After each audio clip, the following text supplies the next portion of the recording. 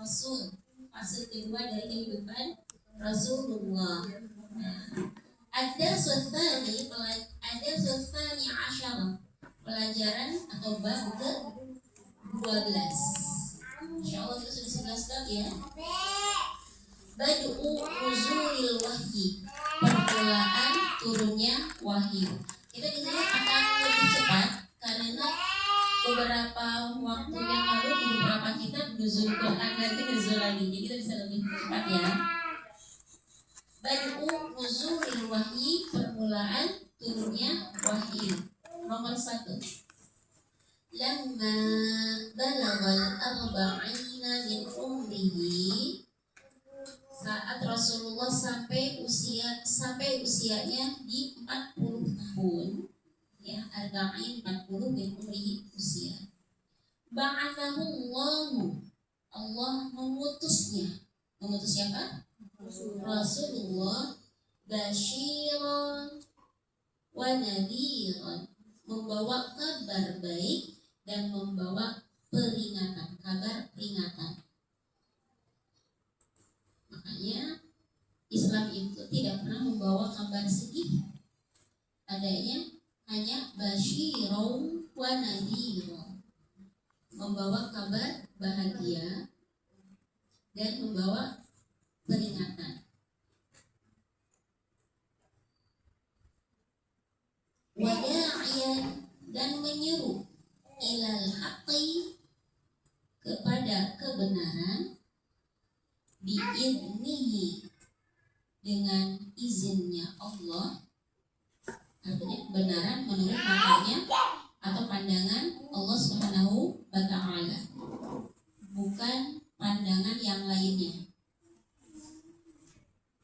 Wasirajan munira, dan cahaya yang terang benderang. Kita ulang dulu ya.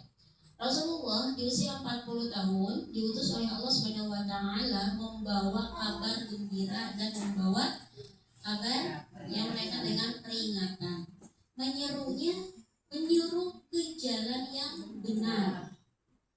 Benarnya menurut pandangan siapa? Nah, ini hati-hati. Kadang kalau tidak merujuk kepada Al-Quran dan Sunnah, benar itu jadi ambigu. Menurut saya sih benarnya begini, kata si A, kata si B. Kalau menurut saya benarnya kayak gini. Semua orang memiliki pandangan bagaimana bagaimana mendefinisikan kebenaran. Tetapi kita merujuknya kepada kebenaran menurut pandangan Allah Subhanahu wa ta'ala. Jadi Nabi Muhammad itu Rasulullah SAW wada'iyan, menyerunya kepada kebenaran dengan izin Allah dan membawa cahaya yang terang benderang dari kegelapan menuju cahaya. Kan gitu ya. Kegelapan itu apa? Ketidaktahuan. Itu gelap itu. Ibu-ibu masak ke dapur, nggak bisa membedakan mana garam, mana gula. Masak tuh bingung gitu, bukan happy, mikir mana gula gitu kan. Betul nggak? Mana tepung terigu, mana tepung kanji. Kalau nggak tahu ilmunya, masak itu stres, betul ya? Takut salah masukin lah. Nah, itu yang namanya ilmu itu membuat seseorang menjadi mudah.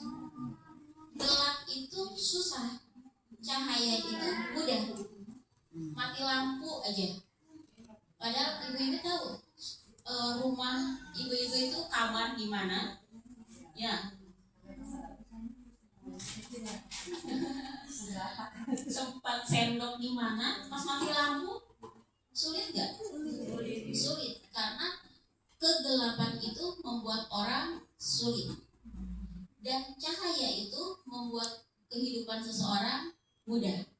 Dan Islam membawa seseorang, membawa manusia dari kegelapan menuju terang benderang. Siapa yang membawa? Rasulullah Shallallahu Alaihi Wasallam. Saya mau hidupnya lebih mudah, menuju ke cahaya. Dengan cara apa? Sering belajar, dengan ya lebih mengenal kenal Islam lagi, maka hidupnya akan lebih mudah dari kegelapan menuju cahaya. Sudah bisa dipahami nomor 1? Kita lanjut nomor 2. Wa qad budi al-wahyu, dan sungguh telah dimulai wahyu itu birru'ya shadiqah, dengan mimpi as-shadiqah. Jadi Rasulullah sebelum ditemui malaikat Jibril sering mimpi ar-ru'ya shadiqah. Apa ar-ru'ya shadiqah? Fakana la yara syai'an fi naumihi. Rasulullah tidak pernah bermimpi di dalam tidurnya, tidak pernah melihat sesuatu dalam tidurnya, illa tahaqqaq, kecuali datang dengan sungguh-sungguh fi yaqadatihi, ketika ia bangun. Disiapkan dulu mentalnya mendapatkan kejadian-kejadian yang sebelumnya tidak pernah terjadi dalam hidupnya. Jadi nanti tidak terlalu kaget. Ada pemanasan. Di malam hari ada kejadian, misalkan ada kejadian dia bertemu dengan siapa, besoknya ketemu gitu. Di malam hari bermimpi apa, besoknya kejadian. Itu untuk meyakinkan atau mempersiapkan hati Rasulullah bahwa ada hal-hal gaib yang akan menimpa dirinya. Al-Quran itu pada waktu itu gaib karena tidak bisa disentuh, betul nggak?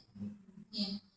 Malaikat Jibril sampai sekarang bagi kita gaib, tapi pada waktu itu untuk Rasulullah yang asalnya gaib menjadi tidak gaib. Yang asalnya gaib menjadi tidak gaib itu menyeramkan awalnya, tapi lama-lama menjadi biasa. Dan Rasulullah disiapkan dulu sebelum sering bertemu dengan malaikat Jibril, disiapkan dulu dengan hal-hal yang di semua orang tidak kejadian, di dirinya kejadian. Yaitu dengan salah satunya tidak pernah mimpi atau tidak pernah melihat sesuatu ketika tidurnya, kecuali di siang harinya kejadian, untuk menguatkan atau pemanasan sebelum menerima wahyu.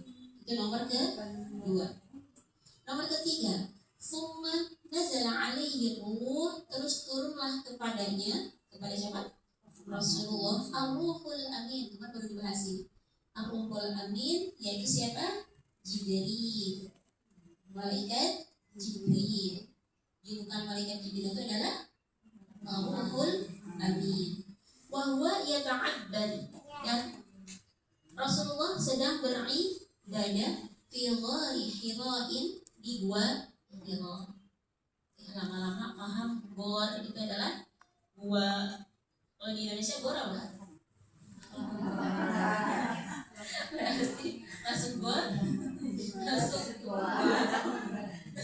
Ya, gor itu adalah gua.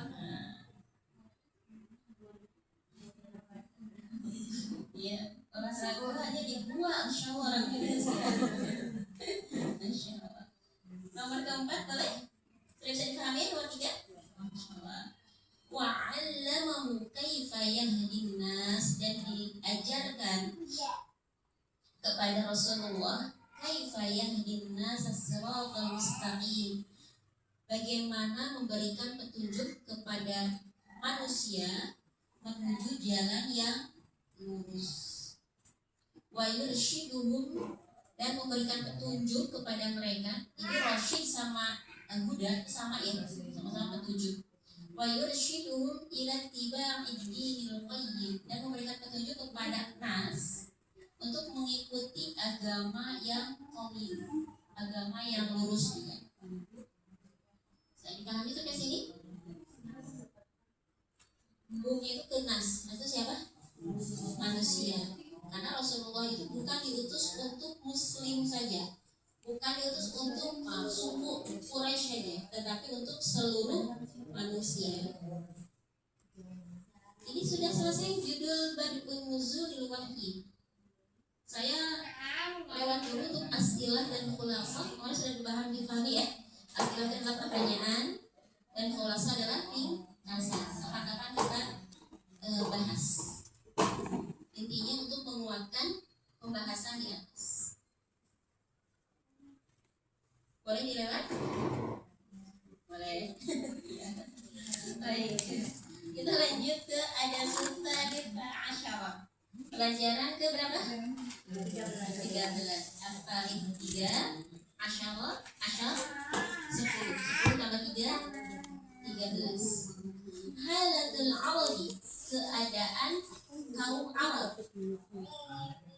atau negara Arab qabla Islam, sebelum datangnya Islam. Ini diajak oleh Syekh Umar Abdul Jabbar untuk mempelajari sebelum Rasulullah menyampaikan Islam, Arab seperti apa sih, gitu ya. Nomor 1, kana al-Arab, keadaan orang Arab qabla Islami, sebelum datangnya Islam, musyrikin, seluruhnya musyrik, menyekutukan Allah. Ya'buduna, mereka beribadah al-asnama, asnam apa? Berhala. Beribadahnya ke berhala. Wa yuqaddisunaha, dan mensucikannya atau mengagungkan berhala. Kalau kita sekarang pegang Al-Quran, ada aturannya. Al-Quran jangan di lantai. Kenapa? Karena kita mengagungkan Al-Quran. Itu berhala itu seperti itu kan. Jangan ada yang gak sopan gitu ya. Tetapi mereka sendiri tahu dalam keadaan tidak berpakaian di depan berhala. Nah itu tadi menurut mereka benernya seperti itu gitu. Jadi keadaan Arab sebelum Islam datang itu mereka beribadahnya kepada berhala, dan bukan hanya diibadahi tetapi juga diagungkan, dianggap suci. Bisa dipahami sampai sini?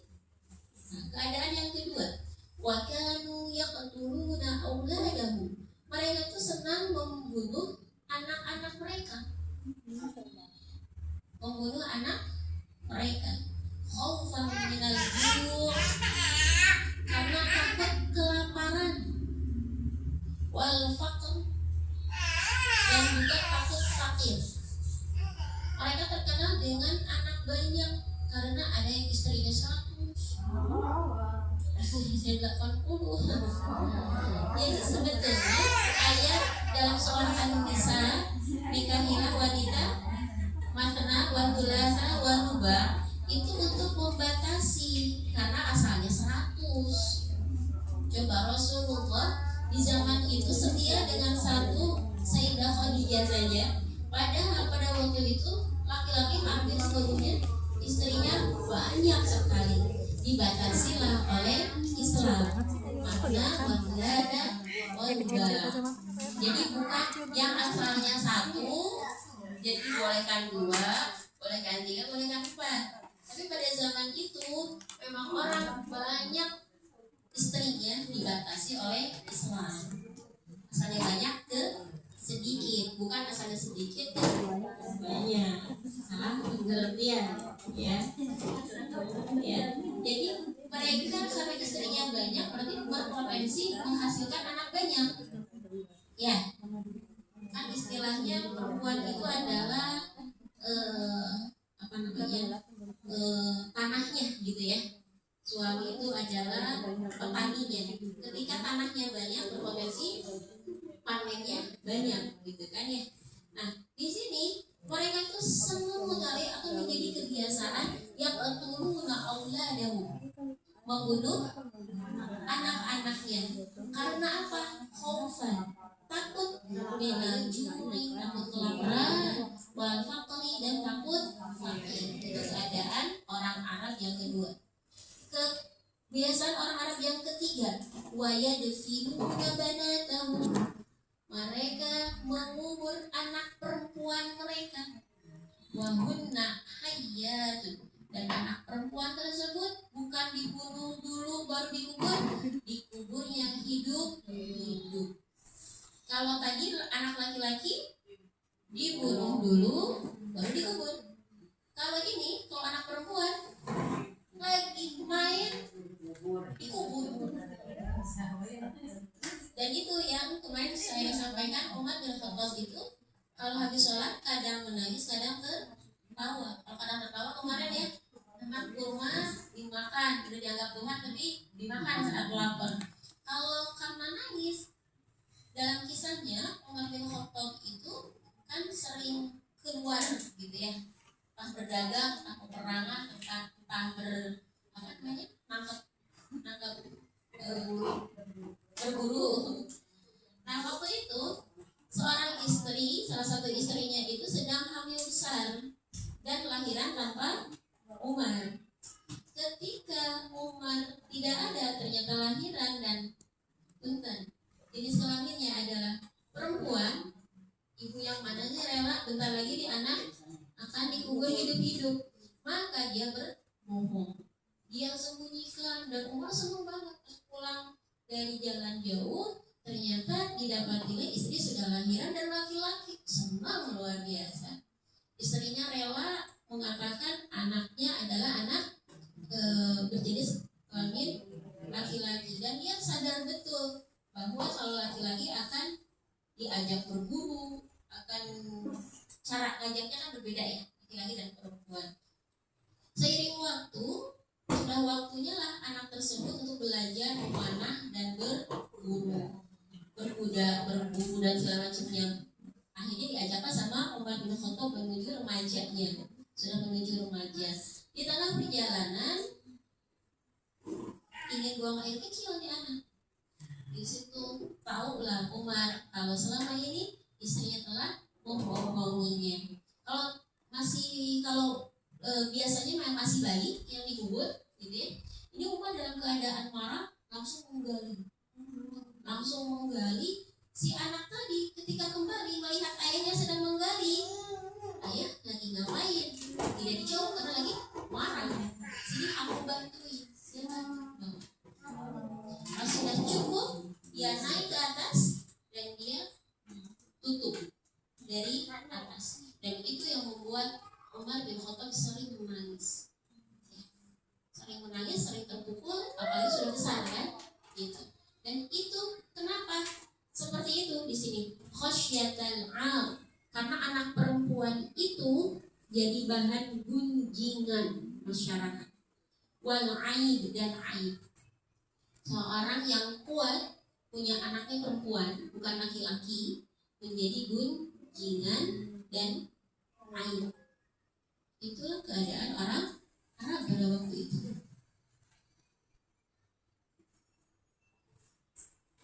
Boleh lanjut?